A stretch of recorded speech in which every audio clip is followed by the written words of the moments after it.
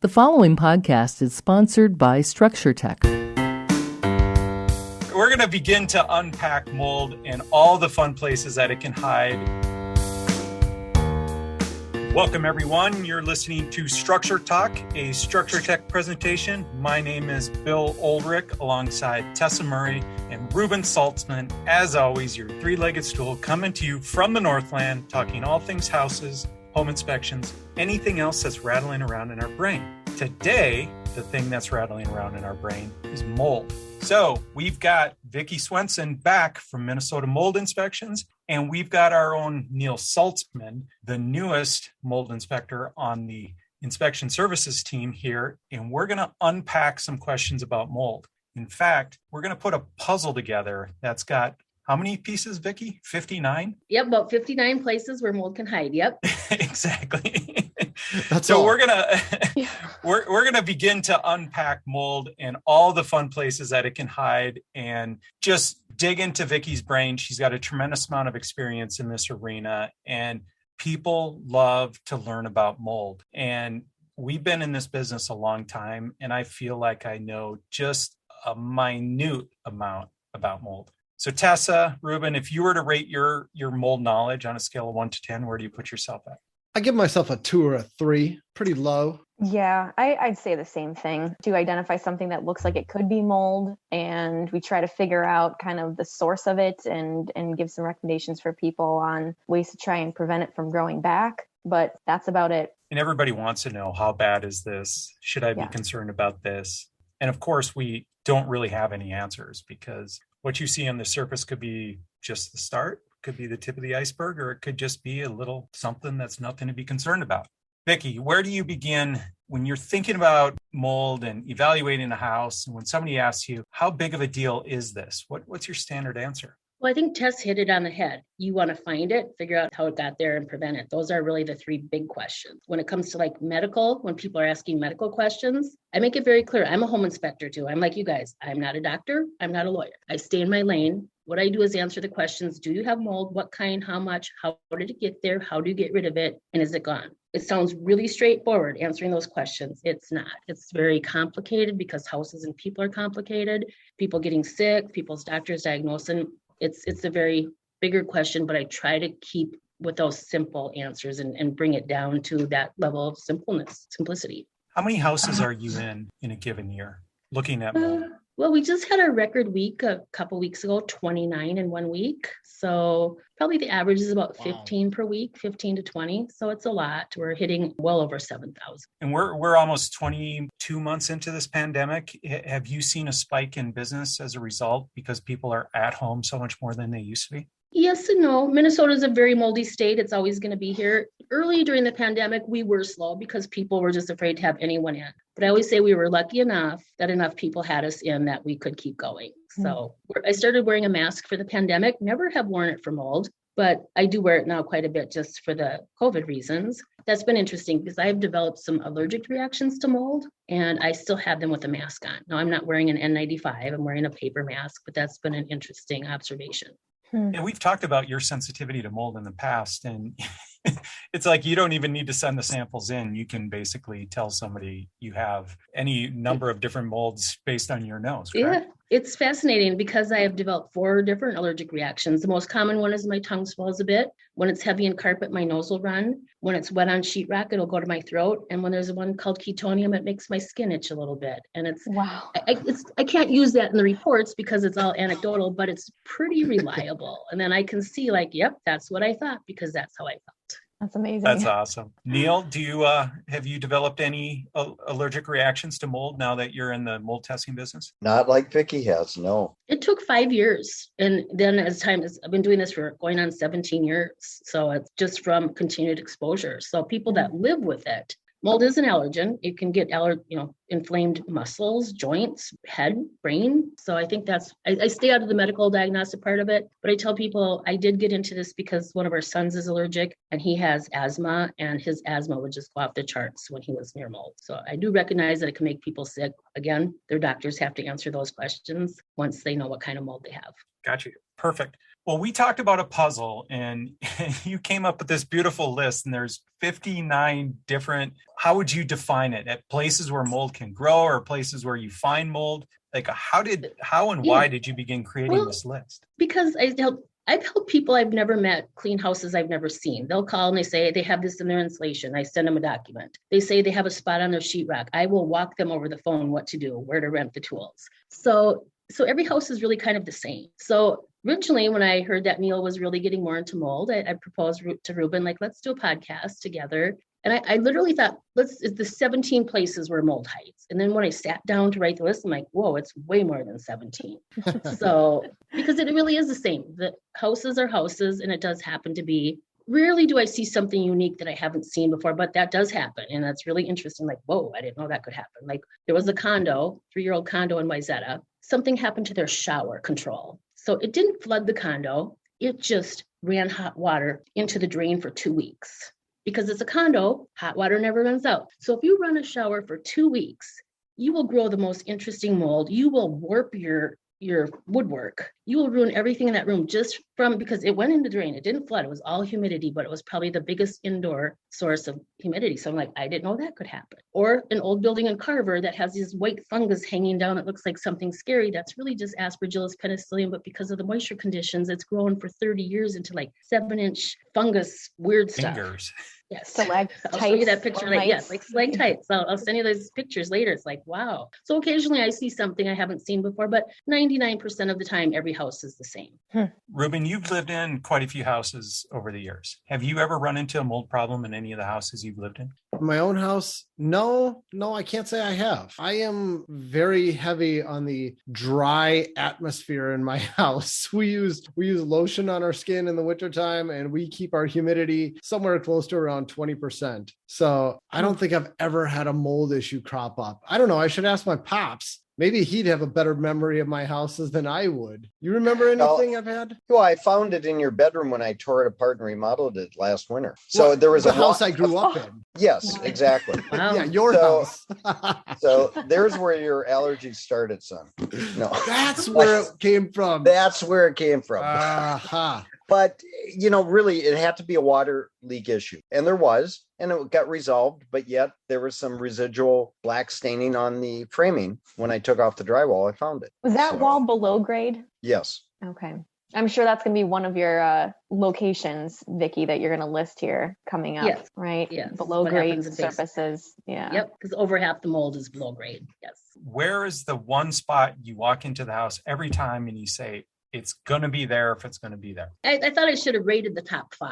What I started on the list is a plumbing access panel. And that's because if you get a shower leak or bathtub leak, there's hopefully a nice little box you can open there and see. And if it's leaked, that's what I put on there first is plumbing access. You should always check that out. So you're talking about the access panel behind your bathtub so Yes. you can get at the drain. You're saying you open up that access panel and a lot of the time you'll find mold from a concealed leak behind the tub, right? Exactly, especially in Got older it. homes. Well, not even in older homes. There was a 2-year-old condo. This is kind of a side note, but the PEX plumbing, there seemed to be a lot of failures with the PEX plumbing connections. Mm-hmm. So a lot of these plumbers in these new constructions are having plumbing failures in brand new houses. And so this one in Trista was growing mushrooms in the closet, but they didn't notice it until they moved out. So now a new owner moved in and saw the mushrooms. So now is this the builder's fault, the plumber's fault, the seller's fault?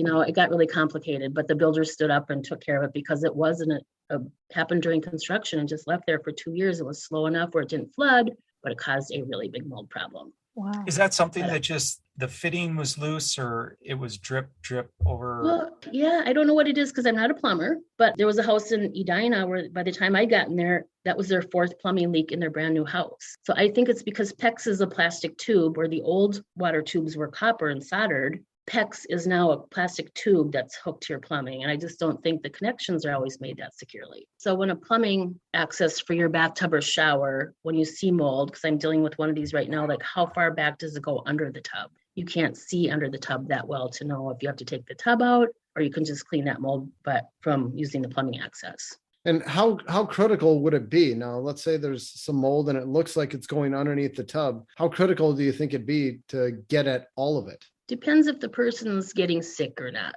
Mhm. I mean, I'm of the opinion if you find mold, you want to get it out of your house, and the State Department of Health agrees with that. So I'm a remove it if you find it person. Okay. All right. Thank you. So like I said, the next subfloor around toilet from wax ring leaks. So do you guys find a lot of wax ring leaks? That toilet, I think people think, how is that going to leak? I don't even know if that's clean water coming out of there or sewer water. Yeah, it'd be both. It's typically going to be sewer water. You flush your toilet and it's the stuff going down the toilet that's going to leak out. And we find a ton of those. And we use moisture meters around toilets. We use scanning moisture meters. Our protocol for home inspections is we scan the floors around every one to check for elevated moisture content in the wood below the floor covering. And we find a lot of them. That's a good one. Super common. And sometimes when you take the vinyl or the whatever, I don't like to see laminate in bathrooms, but sometimes you can see it under the vinyl. But when you take it off, sometimes it's just like an inch around the toilet. Sometimes it's spread out like 3 feet. So super common place to find mold. Yeah. Is that a place, Vicky, that's pretty easy to remediate it? Like, I guess it's a softer surface, the wood subfloor. Can you just clean it with something, or do you have to cut out the wood typically in the situations you're seeing and replace the wood? That's a good question because it just depends how long it's gone on.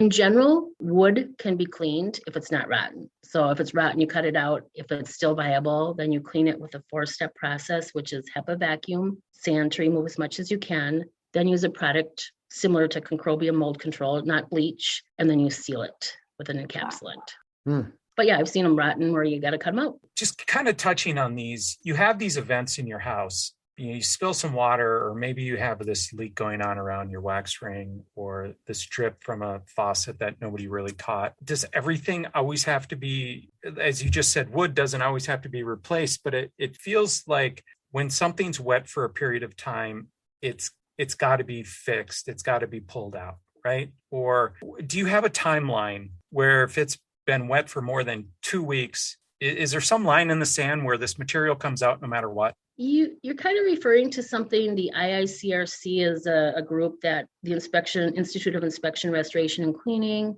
they write standards for structural drying and mold removal. So the S520 is the standard that most people follow for mold removal. When it comes to drying, like let's say they get there and someone's dishwasher sprung a leak and their sheetrock's been wet for a week because they were on vacation. That standard says that if something's been wet over 72 hours, it should be coming out. So technically you're right. A toilet leak that's gone on for 2 years probably should, but if they can dry it, normally they're going to sand it and clean it instead of remove it. Okay. And there's no jurisdiction that says this has to be done per se. There's just really set guidelines. Correct. And it's a voluntary guidelines. But most of the good mold companies are operating under that IICRC S520 guideline. I always say there's 3 levels of workers in the handyman, the mold business. There's a handyman, they just take out the moldy sheetrock, put up new, and they're done. Or take out the carpet and put up new, they're done. The good mold guys are all going to follow that standard. But then there's a standard that's even stricter than that, the Restoration Industry Association. Because one of my colleagues tells me that when you have mold on a wall, the S520 says that you should remove sheetrock for 2 feet beyond visible mold. He says that stack effect pulls those spores up in the wall, and you have to take off the whole wall to do a good job. So that's even a higher, there are people operating at an even higher standard than the S520, but most people are going to do a good job using the S520. Very good. Thank you. Yep. Framing studs, like a lot of times, I think when I started writing this list and when I go into home, for some reason, everybody thinks mold is just going to be, they'll be able to see it on a sheetrock.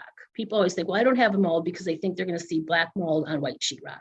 And that is the case in a lot of these that we'll talk about, but they don't consider that it's in their carpet or their attic or their insulation. For some reason, they're just, because they've probably seen it on walls, that's where they think they're going to see it. But if you have framing studs behind sheetrock that have been wet from plumbing leaks, ice dams, washing machine overflows, it's probably going to be on the framing studs behind the sheetrock too. So that's one reason you have to take that sheetrock off. And this will probably come up a couple times, but when sheetrock's been wet, you do have to take it off because it could be on the other side on the sheetrock and it could be on the framing studs. I wonder how many houses have that issue with mold growing on the studs just from the initial construction phase. With all the moisture and the being exposed to the elements and all of that. And if a house was built very quickly and there was a lot of rain, like how many houses have that issue that never had a plumbing leak before? A lot. It depends who your builder is. So My husband and I worked on one, very reputable builder last year. They poured the foundation, the cement slab in the winter. It caused so much humidity that every truss grew mold. So I was working for a different cement guy at the time. And I said, well, how would you avoid that? He said, don't pour your slab in the winter. So that's one. They had to sand it off every single truss during construction. Wow. Some of these big builders, they're in a hurry, so they don't take time. It's so easy to watch that wood when you're building. I tell people, if you're going to build a house, go there every single day. Get your own moisture meter. Look at the wood. If it's changing color, sand it off. It's such a simple thing, but a lot of builders don't take time to do that. And I've had someone buying a multi-million-dollar house. They just left framing studs in the utility room. You could see it on there. But the worst thing is they had this utility panel with all these hoses and wires. They took a moldy piece of OSB, put it in here, put all these wires, and like I could swab it right there. I'm like, wouldn't you at least take a new piece of OSB? This house is $2.7 million and you're putting this moldy OSB. So it happens all the time. That's a really good point, Tess. Yeah, I think a lot of people that are buying houses, or at least my experience with clients is if they've had a problem with mold in an older house before, they automatically think that buying a new house, they won't have those issues. So there's, you won't find mold in a newer construction house. And if you do find mold, it's like, it's very unexpected. People are shocked by that. Yeah, I think they say that between the framing studs, the cement, the sheetrock, I don't know, there's like 100,000 gallons of moisture in a new house that takes a couple years to dry out. Mm-hmm. And so you have to leave all your doors open. I've had people buy a new house and leave their doors closed because they're not using those rooms and they grow mold. And yeah, no, it happens on the framing studs from the rain. There was an apartment building down in Bloomington a couple years ago, and the city made them have a mold inspection because they left it open so long. And I walked through for 2 days and just identified all the mold, and a mold company went in. They had to pay $20,000 to get all that mold taken. But if the city hadn't made them go in, they just would have built around it. What's your definition of leaving it open, where the window's not installed and the building paper wasn't on and the roof wasn't on, or what?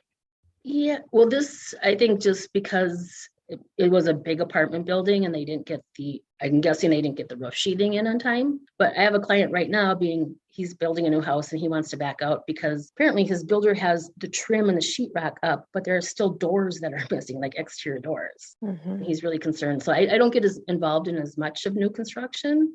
We built our house 17 years ago. We were here every day. If it rained, I took a squeegee and took the water off my subfloors. We did all our own construction vacuuming. We were here. My uncle built it. So we were here every day taking care of that stuff. And we have really good air quality. Interesting. That I don't think a builder would have the manpower to do that. That's a whole nother, team of people coming in at night. But I mean, they should at least watch the color of the wood. Mold is a visual thing at that point. If your wood is turning color, it's probably mold sanded off.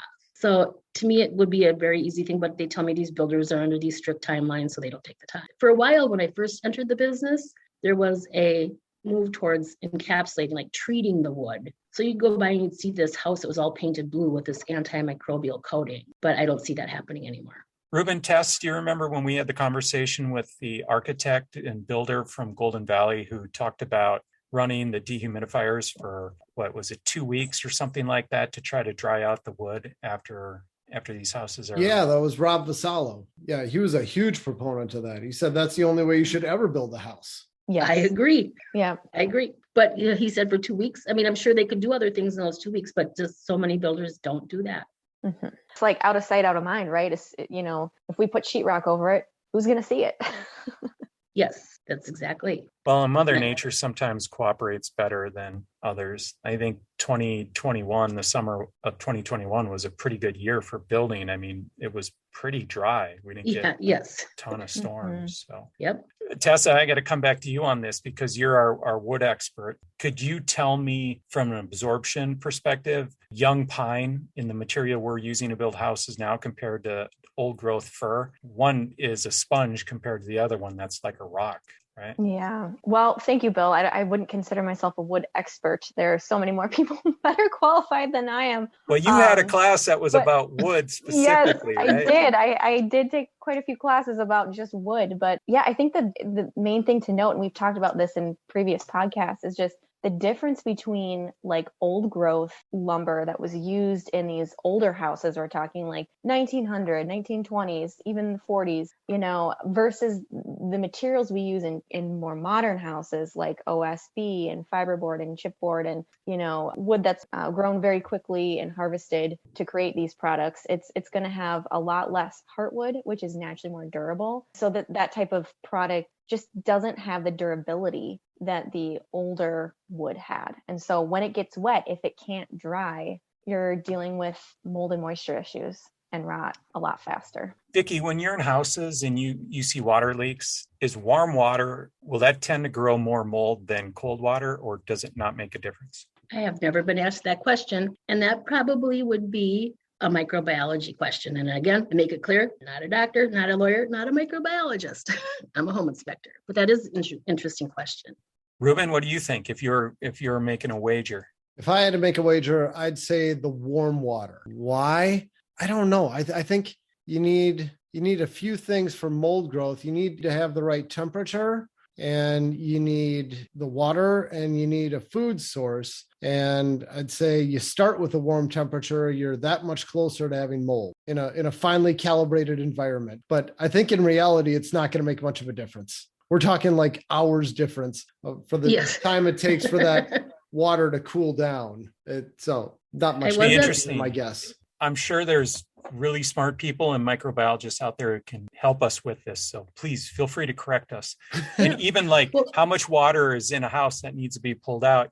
Vicky, you said a pretty big number, and I won't dispute that. Yeah, I'm not an expert on that. Yeah, but that's what I've been led to believe. It's a lot of water. Mm-hmm. But I was at a mold class once where the instructor said they were in a crawl space and they could see the mold growing at 1 inch per hour. So Reuben's right. When the right conditions are right, it grows. Oh. And it can grow in 24 to 48 hours, but they were watching it grow. Hold on. I got to underscore what you just said, 1 inch per hour. Yeah, they could see it forming.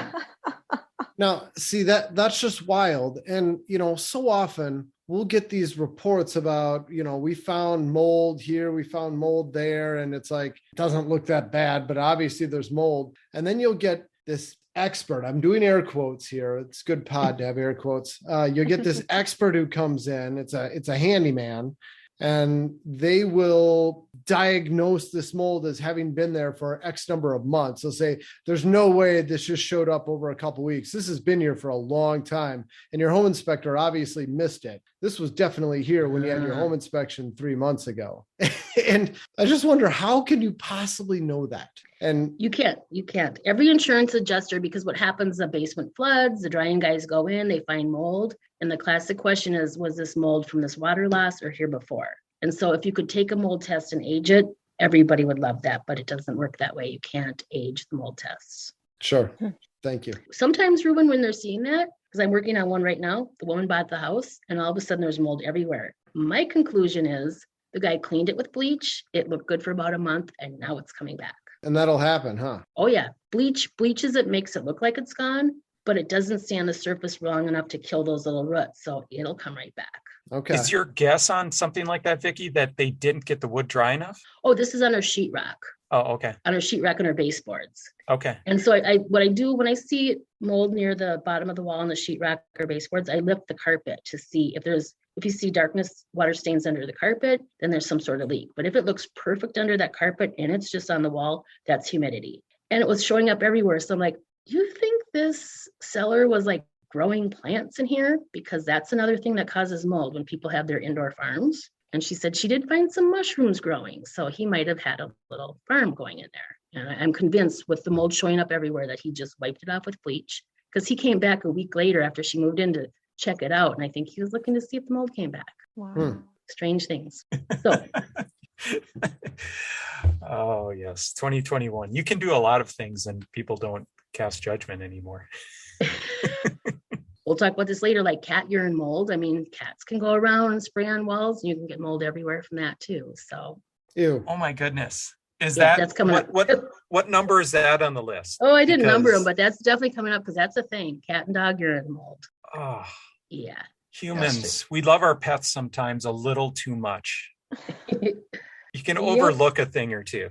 Ugh. My husband did one that was just out of control, like they had destroyed the house. But you're right, people love their pets. I know how that goes. When I'm talking about framing studs behind sheetrock, okay, so one time I was in a house and I don't even know how they found this. And I think this happens in the stucco homes. The wall was rotten under. the studs were completely rotten under a window leak. But the sheetrock looks just fine because the plastic protects the sheetrock. So this is one of the hardest things about finding mold inside walls. Like, you could have no indication there's a problem. But once they took off the sheetrock, it was totally destroyed framing studs in there. They must have found it from the outside and figured out water had come in from the outside. But that's what makes it hard to be a mold inspector. Like, some of that stuff's hard to find. It can be rotten and you can't even tell. That's where they need to go to Reuben's water intrusion class, and they'll hone in on that like a bloodhound. And be really? Like... I think I need to go to Reuben's water intrusion class. I'll send you the link.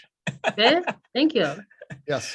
So let's kind of keep pushing down the list here, because I mean, there's some things that are obvious and you can touch on those really quickly.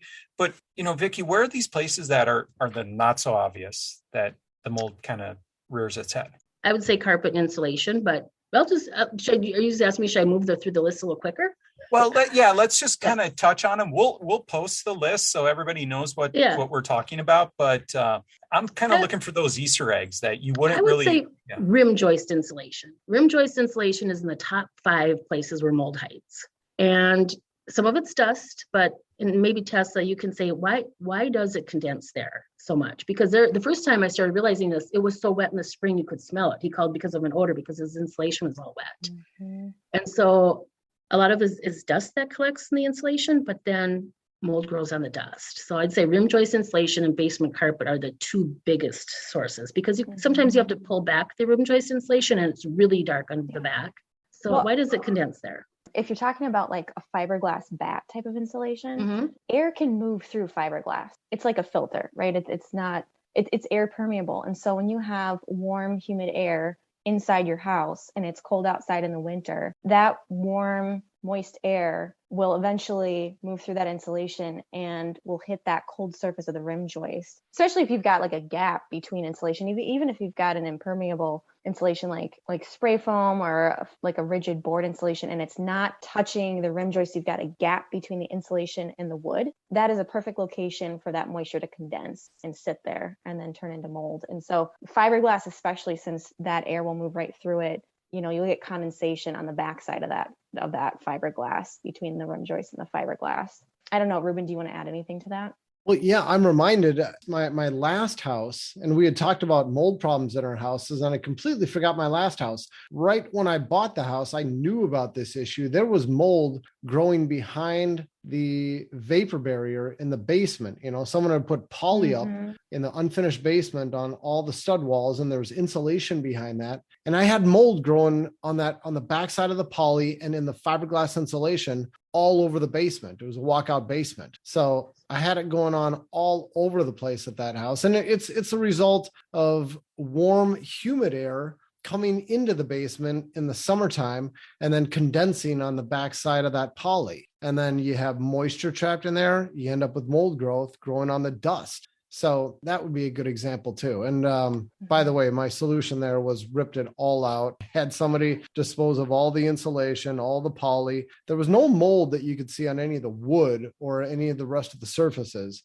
And we ended up spray foaming the entire basement. And that was the end of that. It was fine ever since. In that situation, is that mold a concern? Like, it's outside of your envelope. So do you have to address it? What do you mean outside the envelope? It's outside your conditioned space. It's not the air you're breathing. And so it feels like, because there's mold everywhere in the environment, right? Yep. You get outside, there's mold everywhere. Yep. So would these like level of spores exceed what you would just be breathing at the exterior of your house? Well, so interestingly, I just sent Neil a document because this is one of the top 5. Fiberglass and above grade walls and unfinished basements is one of the top 5 places that mold grows. And Reuben was right. It comes through in the summer, but also the winter. Like the first time I ever saw it, a guy was buying a house. He pulled back the insulation and there was slush on the sheathing behind the insulation. So I came right home because my house is the same age. I get ice crystals behind the insulation. And it gets through those staple holes. So the real way to prevent it is once you put up sheetrock.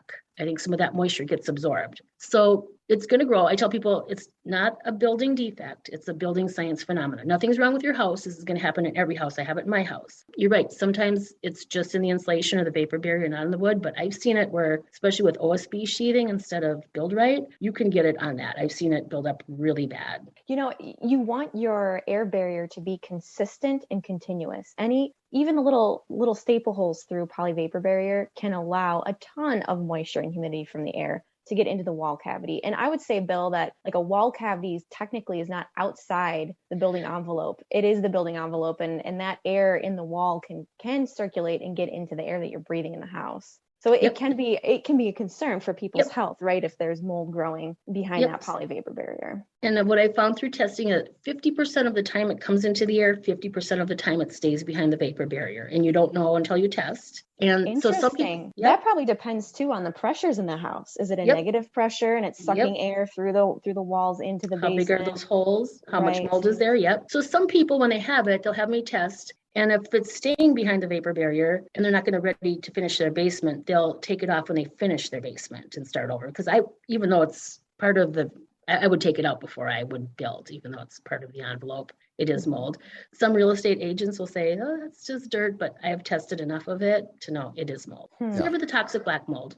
There's not enough moisture to grow the toxic black mold, but it's mold. Vicky, can you talk about testing just a little bit? We've talked about places and we'll continue to talk about places, but what does this testing look like? And is it something that catches every room? Like, can you tell how much is in every room, or do you have to test in every room? That's a good question. When I was first trained, they told me that, so you do air testing, mainly I do air testing and surface testing. So an air test is done with a plastic cassette hooked to a pump, and you draw air through, and there's a microscope slide inside with sticky tape that counts your airborne spores. A surface test is a tape or a swab that says, yes, that thing on your wall or your insulation or your carpet is mold. When I was trained, they said, oh, this would cover 1,500 square feet. There's a guy on the internet that I trust that said the capture zone is more about the size of a football. I'm going to go with the latter. It's not 1,500 square feet. I have tested locations about 15 feet apart and gotten different results. So then a lot of people test on a tripod. They put this little plastic cassette on a tripod. I left my tripod at someone's house. So I started testing. I run a full 10 minutes. You run the air test depending on if I see sheetrock dust, well, maybe I just say, get rid of the sheetrock dust. I'll come back when it's gone. But if I need to test when I can tell something's in the air, I'll run a shorter test. But mainly I run a 10-minute test. So I slowly move that around the room. I go from side to side in different heights. So I think I get better air tests because of that approach. Now, someone told me that there's a guideline for testing that said I shouldn't do that because if I'm walking on carpet, I could be releasing some spores. My thought is like, we're trying to find the spores in the room, not just the air. So there are other people that do agitated air tests. So there are different caveats for ways to do this testing, but I have found that I get really good results when I slowly move that around a whole room, but pretty much one room at a time. If you want to know everything in your house, you'd probably have to test every room. Neil, is that kind of the same approach you're taking? For testing every room, we typically do, like Vicky does, one outside, one inside, and I try and select the area that would be the highest concentration or the area of most concern, which to me is in Minnesota is our basements. That's where I always head down to the basement and we talk about common areas. Boy, that concrete block, it's going to be black and moldy. To me, that's number one spot. And then, just to piggyback on what you said about the rim joist area, you pull some of that fiberglass away and in the cold areas of the winter, there's frost back there for sure. So that frost melts, gets wet, causes mold. So I'm in agreement there for sure. So what's the deal with this new gray muddled insulation that they're putting in? Do you guys know what I'm talking about? It's no longer pink or yellow. It's gray and it looks moldy from the start. I don't know the reason. I'm like, oh, great. Now it's going to be harder to tell if that's gone bad because it's really weird. Is it rock wool or is it fiberglass or I don't know, but it's like fiberglass, but I don't know the difference between rock wool and fiberglass. Okay. Rock wool, but I wonder if it's rock wool. Yeah, it's very strange because it's sort of muddled looking. It looks moldy. It's not. It just looks moldy. It'll make our jobs send harder. Us a picture. I think I have some in the cabin, and I'm not sure why the contractors used one and then went to the other, and maybe it was a supply issue.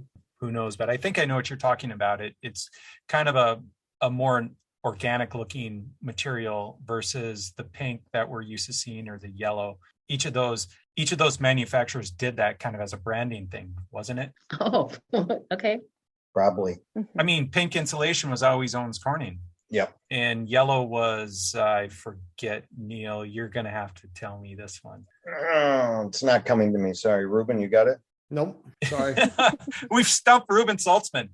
Mark it down. This is a moment in time. Believe it's certainty. So what kind of, Tessa, do you like the spray foam on the rim, or do you like, I like the little panels where they cut them and fit them in because I think that's cheaper and easier to remove if you have a problem, but that's just my opinion. I would say, if you're cutting individual pieces of like XPS or EPS rigid foam and putting it in between each floor joist at the rim area, the labor is going to be really expensive on that, just the amount of time it takes to do that. So I think it's more cost effective and easier just to do, if you're talking new construction, the spray foam. And that's what you'll see in a lot of new construction is just closed cell spray foam sprayed right against the rim joist. It's interesting because I'd say in older houses, there are pros and cons to insulating, and you have to kind of weigh those pros and cons and figure out what's best for you. There are some houses where I wouldn't recommend, and people are going to cringe when I say this, wouldn't even recommend putting insulation in the rim joist, because when you do that, when you add, like, let's say fiberglass against a rim joist, you're actually preventing heat and airflow from getting to that rim. And so you're reducing the surface temperature of that wood, which will cause more condensation issues, right? When the warm, humid air in the basement gets to it and touches it. It's the same kind of phenomenon of like in the wintertime, if you keep your blinds closed all the time, right? You're going to get more condensation on your glass because you don't have that heat and that airflow getting to it and warming it up. So your basement rim joist can have the same problem. You put the insulation in there and you actually create a moisture problem that you never used to have when it wasn't there, and you would just have more heat and airflow moving through it. And that's the problem with, with houses, and you're looking at what type of materials they use. Is there energy moving through that material to dry it out if it gets wet? When you put materials over top of the wood, like fiberglass insulation, you're decreasing the drying potential of it. And it can actually create mold or durability issues. So I think it just depends on the house. It depends on the situation of whether or not I'd recommend adding insulation. Yeah. And Tessa, to talk about that point a little more, you talk about some of the downside to that. There's a blog post I did, I think it was last year. It was about a year ago. And it was titled Beam Fill and the Case of the Missing Rim Joist. Yes. And it's where they would put beam fill on the rim joist area. And then typically they'd insulate over it. And so often we'll find that there is no wood behind that beam fill anymore. The rim joist is completely gone. It is rotted away to absolutely nothing. And I've got a nice photo collage of houses where we found that happening. So there can be really serious consequences. Drying has to be greater than the wetting, right? And if you've got wood buried in this beam fill concrete and it's wicking moisture, or you've got insulation against it and you still have these condensation issues and moisture getting trapped, then you've created a new problem. So you have to be really careful. I mean, that's what building science is kind of weighing the risk to the benefits and figuring out, okay, yes, you'll save money on your heating and cooling costs and maybe make it a little bit more comfortable in the basement, but is it going to create mold, moisture, durability issues? And it's interesting you say that because my house is 18 years old and I've never had any rim joist insulation and my heat bill is really low. Good. So that's why I wondered, do you need it? Because I don't have it and I am not having any problems. Good. I think you're chasing after maybe cost savings that aren't going to be there, right? Experts way smarter than I can tell me if that's a false statement, but at some point you just have to go, is it worth it after I do all that work and pay all that money to save whatever it is on my heating bill? I was thinking as we were sitting here, surface mold. Neil, Vicky, do you get really worked up about surface mold, or is it just something you feel like can be wiped off and cleaned off and life is good? Surface on a window, on sheetrock, on an attic sheething? Yeah, it depends, I guess. I'm talking inside surfaces, inside your house, things that discolor, that look awful because they turn that black or dark brown color. But I'm not sure that there's a lot to be afraid of when it comes to that type of mold. I tell everybody, in fact, I'm going to do a test tomorrow where the restoration company he mentioned the word mold and the office manager is having a bird. Like, people shouldn't be so afraid of mold. Take it seriously. But yeah, I mean, because you said we shouldn't be afraid of. It's just water damage. It's a moisture problem, small or big. But nobody should be afraid of mold, but a lot of people are. So I do talk about here, mentioned if sheetrock's been wet, you have to cut it out because it could be on the framing studs in the backside. There's a condition I've nicknamed gold mold. It grows on unpainted sheetrock. You'll see it in the basements, like around the steps, or if someone's has like an underground garage. It's only on the unpainted sheetrock. It's little yellow spot. It's aspergillus, but I call it gold mold. So when you have that, you vacuum it, scrub it, Zinsser mold killing primer and Zinsser perma white paint. Surface mold would be on your windows. I mean, I kind of think all mold is surface mold because it's really not. Wood rot is a different fungus. If you got wood rot, you don't have mold anymore. It's a different fungus that's taken over. So I would contend that most mold is on the surface. Once it starts going deeper, you do have a bigger problem. If you have a serious leak that goes on and your wood's rotting, that's not mold anymore. I guess what I was thinking, Vicky, was you walk into a room and you, with your sensitivities, and all of a sudden your tongue starts swelling up, and you hit like 3 of the 4 conditions but you don't see anything. You're like, this room looks totally clean, and that's where I feel like bells and alarms would be going off. Like, hey, there's a problem in here. Where you walk past a window and it's got every color that you can imagine right out in the open for you to see, and it doesn't bother you in the least. Yep, because it's different types. I mean, people are allergic to different types. But when we were talking about framing studs and the question was about below grade, that is one of my biggest questions. So you have framing studs on a wall. They've been there for 30 years. There's probably some insulation and vapor barrier and paneling or sheetrock. Like those things are getting a little damp back there. So that's one of the hidden causes where I would probably react, and you don't see it, is the framing studs behind the walls and finished basements. And so I had a question mark here, like any wall, like the wall sitting behind me. Could that have mold in the fiberglass? There was a house I saw once in Blaine. They took off the sheetrock, and yes, the fiberglass on the main level did have some mold. And I just think that we live, and I'm not a building scientist, but my understanding is if you only heat, like if you live in Alaska, where you don't use a lot of cooling, and you put the vapor barrier on one side if you primarily heat. If you're down in Florida, you primarily cool, you put it on a different side. We live where we heat and cool, and you are not going to keep the condensation out of that wall. So I'll just smiling. I know she wants to talk about I'll just throw this out, being you threw my name in there, Bill. Yeah, I would say we should be concerned about it if we see it, and we should clean it up. And mold can be cleaned up. And then we got to be concerned about the relative humidity inside. Make sure that is low. If you got a high relative humidity, you're going to grow mold. So that's one area we want to address with our clients. What about our wood floors that are going to move around if we don't have 50% humidity in the house? You don't want to go above 50. Yeah. So that was one of my things on here, was the whole house humidifiers, because people think, my conclusion is the HVAC guys love them, but the building scientists hate them. And I see people leave them. They're supposed to turn them to a summer winter switch. People forget to turn that. So now they're putting all this humidity in the summer. People swear they're off because this control is going to measure the humidity. Like, no, they're running most of the time. I just tell people to take them off, because I agree that no house needs that extra humidity. We did touch on one thing briefly and then got away from it, but I do want to ask about this because it's something that looks scary when you see it, but I'm wondering if it's really scary, and that's mold on attic sheathing. What's the recommendation there? Okay, so most attic mold is found in the summer when someone's selling their house and a general home inspector finds it. Most of it happens in the winter because, and this is in here too, people think, well, I don't have attic mold because I don't have a roof leak. Most attic mold is coming from condensation, not roof leaks. So most of it's going to be dark. When you go up there and you see white mold growing up there, that's more humidity. And there was one last February when it was really cold. The whole month of February, all we worked on was attic. And I did not know an attic could smell musty. This was this bad. It was raining so bad, the woman had to have a bucket in her kitchen to catch the water coming out of her attic, because she bought a townhouse. The roofers roofed over the vents. So that was one problem. It couldn't escape. But she was also liked it really hot and humid in there. So she kept it 80 with 80% humidity. So the perfect storm of this going up there.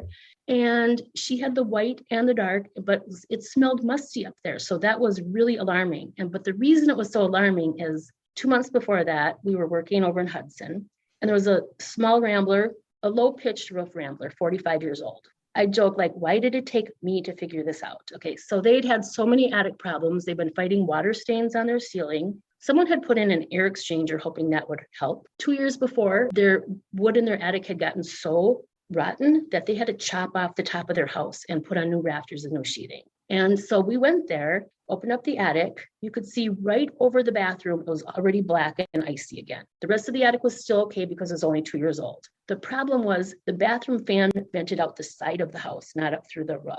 And for 45 years, this little bath fan, and she'd had her bathroom remodeled. She had the air exchanger. Who didn't check this bathroom fan, sending all the moisture right up into her soffit vent? It came out of the fan and up into the attic for 45 years. So that when you see something like that, that's really drastic. But when you have to chop off the top of your house and you don't fix that problem and you're risking that again, or you have this musty smelling, when it gets that bad, that's the problem. I agree with you. A little bit of mold up there isn't going to contaminate your living area. But if you don't control the moisture, you can get in trouble like that. I wonder sometimes, it's like, that's there, I'm here. Is that as big of a concern? And everybody has, the answer to that is it depends who owns it. So if I own it and I'm trying to sell and somebody looks at it and says that's a concern, well, then now I'm on the hook. And even though I'm not worried about it, I have to make a decision. Is it a big deal or not? And you know what? I just want to add something real quick. Reuben and I talk about this continuing education courses for real estate agents of like, what's a big deal? What's not? What do you do about mold growing in an attic on the sheathing and stuff? Yes, most of the time it's caused by warm, humid air from the house leaking up through these attic bypasses and getting into the attic and then condensing on the underside of the roof sheathing. And so, you know, if you don't seal those attic bypasses, or if you've got a fan that's venting into the attic, that's just like, that's a whole house attic humidifier going right there. It's going to make the problem way worse. Then you're just going to continue having that problem. But if you stop the source of the moisture from getting into the attic, seal up all these little attic bypasses, then the air in the house and to the attic is not going to communicate any. There's not going to be any pathways for that moldy attic air to get into the house if you do proper air sealing. So would you be concerned about mold that's growing on the outside of your house? You know, no, that's outside the building envelope. So the recommendation we always give people, you know, is, okay, we can see some signs of moisture up here, stop the source of it, you know, seal these attic bypasses, make sure fans are venting out properly. And if there's a little bit of mold up there, I wouldn't be concerned about air quality in my house because of it. And you're right, the type of mold that grows up there tends to be cladosporium, which doesn't release a lot of spores. But I think during the summer, the airflow can be a little bit different. If you're super sensitive and you have a bad problem, you could maybe be affected in the summer when the, you know, so the warm air going up, the air is coming down. Yeah, if you have these big attic bypasses and that attic air is being pulled into the house because of the negative pressure, if you've got, you know, a air conditioning system that's running and pulling that air in, yeah, for sure. But this was my question for you, Tessa, because 80% of the time when people have attic mold, they clean the sheathing, the insulation stays. Mm-hmm. And so we've talked about how prone insulation is to mold, but is the attic insulation, does the condensation only happen on the sheathing, or is that insulation laying on the floor prone to condensation? That I don't, because that's a gray area for me. I never know, like, is it moldy? Should they keep it or not? Well, I'll give it my best shot to answer, but I'm curious to hear what Neil and Reuben and Bill, what you guys think too. But I feel like I've seen so many attics where moisture in the attic was a problem and you could see condensation on the roof decking, or even like the raining attic syndrome you just mentioned with the woman who was, you know, catching the water dripping through her ceiling because of that, where the insulation just gets soaked. And I think if the insulation gets soaked, I'd probably recommend replacing it. But I don't think I've ever visibly seen mold growing on fiberglass or mold growing on like a cellulose. And I'm sure they put chemicals and mold inhibitors in that. So that's a good question. I think if it can dry out pretty quickly, I wouldn't be too concerned about it. What do you think, Reuben? I can say during the winters of 2009, 10, and 11, I did a ton of ice dam inspections. We had really snowy winters, and I was doing a lot of troubleshooting for people, finding a lot of attic bypasses. And there were a handful of attics I went into. Now, you know, granted, this is like a decade ago, but there was a handful of them I went into where there would be frost on the top layer of loose fill fiberglass insulation. It's like you could kind of put your hand on it, you rub your hand over it gently, and you could feel the insulation was all wet and frosty, and there'd be some dark marks in that insulation. If the insulation was the right color, you could see it. So it can happen. It's just really unusual. It's got to be extreme circumstances for it to happen. I'd say most of the time it's happening on the really cold surfaces like the sheathing and the nail heads. I'd say that's where I've seen it. Sheathing, nail heads, but very little on insulation in the attic. So it's okay that 80% of the people leave their insulation. That's kind of what I thought too, but I'd say never so. sure. I would say so. Yeah, and I'm completely unqualified to answer this question, but I would think that the fiberglass would be less of an issue than the cellulose, depending on when the cellulose was put in. And there's all kinds of other things in your attic too. It's a pretty dusty area, and you get other creatures living up there sometimes, and they leave behind things that could probably turn to mold too. Okay, I think we should maybe begin to put a wrap on this. And we failed at the beginning because we said we're going to get through 59 things. We knew we weren't going to get through 7 of them. Okay. It's just the way it goes. These conversations begin to meander, and this situation, this topic is complicated. And if possible, Vicky, I think we should just go ahead and decide now. We're going to do a part 2, and maybe we'll get to topic number 15 by the time we're done with session number 2. But we're going to go farther on this on our next episode. And because it's really interesting that there isn't one thing that causes mold. There's not one solution for fixing it. And everybody kind of has a little different opinion about it. And that's what makes this such an interesting conversation. But thank you, Vicky. We appreciate you spending some time and signing up for another long conversation about your work. Remind everybody where they can find you. www.mnmold.com, menmold.com. Awesome. And awesome. Amir, there is only one thing that causes mold, and that's water, right? On a technicality. Very good. Yep. Thank you for correcting me, because somebody would have. But everybody, thank you for listening. You've been listening to Structure Talk, a Structure Tech presentation. My name is Bill Ulrich alongside Tessa Murray and Reuben Saltzman. Thank you for listening. We will catch you next time when we go deeper on this conversation.